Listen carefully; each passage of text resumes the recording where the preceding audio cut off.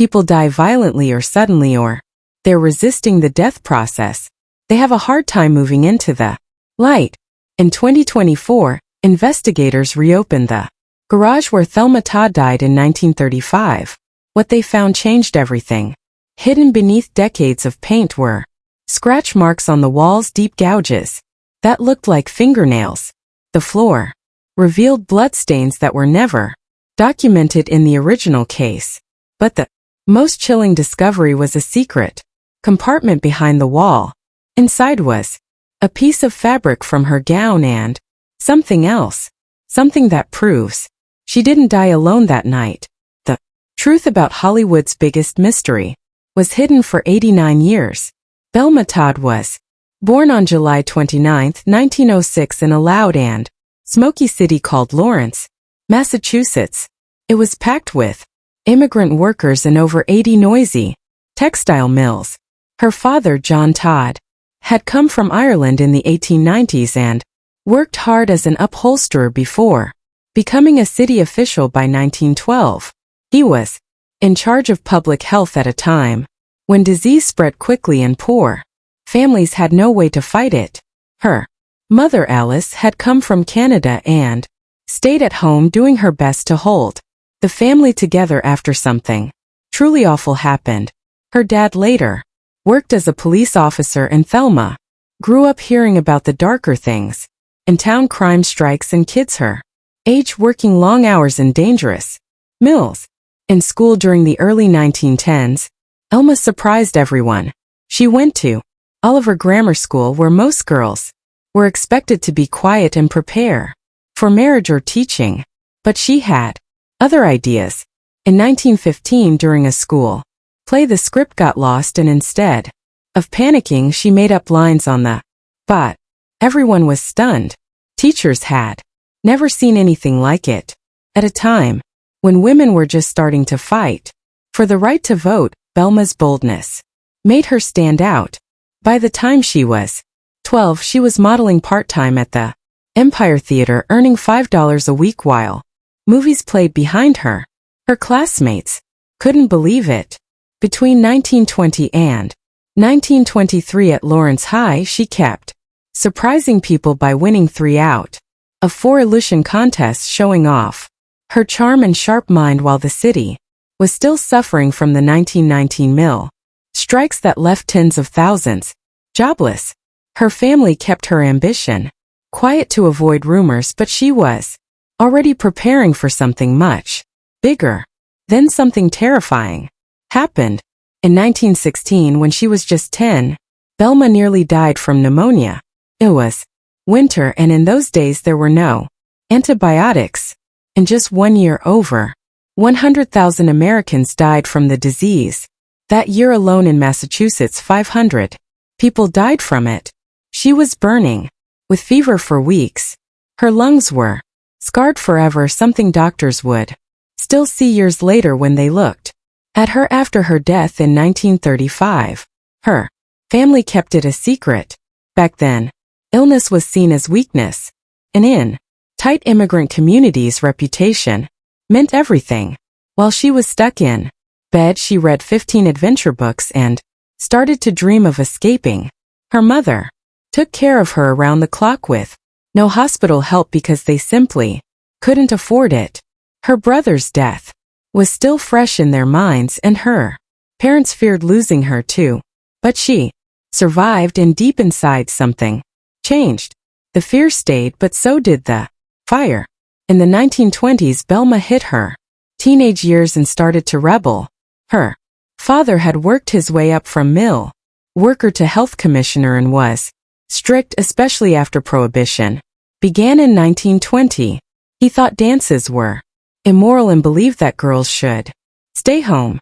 By 1923, there were 20 secret bars in Lawrence, and Thelma was sneaking out to the theater, spending 15 cents to watch silent films. She saw Mary Pickford 12 times in just 1 year. In 1921, her father caught her and punished her for a month, but that only made her bolder. She faked permission slips to attend jazz events, something unthinkable in a strict Catholic family, where most people followed the rules. Without question. Her mother, meanwhile, quietly entered her into pageants. In 1925 at 17, Thelma won Miss Massachusetts. Her father was furious, but by then she had already broken rules more than 20 times, and each act gave her more courage, while the mills kept shutting down and families were struggling even more. Back in 1923, something else happened that changed everything. Thelma entered a debate competition at Lawrence High and won, arguing in favor of women's rights. This was only 3 years after women got the right to vote on August 18, 1920. At that time, most women stayed home, and even in Massachusetts, married women weren't allowed to sign contracts. But Thelma stood in front of 200 people and spoke with confidence, quoting Alice Paul and talking about the Equal Rights Amendment. 5 judges gave her the win by a 5-2 vote. She was just 17, but already shaking up a system that didn't welcome women with strong opinions. Her speech was so powerful that many called it scandalous. This win lit a spark in her. She still planned to go to Lowell Normal School to become a teacher, but people had started to notice her. Scouts saw something in her, and her life was about to take a sharp turn. Later in 1925, Thelma entered the Miss Massachusetts pageant. She was only 19, but she didn't act like the others. While most girls just smiled and posed, she stepped forward and performed a piece from Shakespeare's Hamlet. Her voice was steady, her words full of emotion, and the judges were shocked. She won first place and a $100 prize, a big deal back then. Newspapers covered her bold performance, calling her beauty and brains in one package. Her family had no idea she was doing any of this. They thought she was focused on school. By bringing in Shakespeare, she challenged everything people believed about women at the time. But things got messy quickly. A rival contestant accused her of bribing a judge, saying she offered favors to win. It made headlines across Lawrence.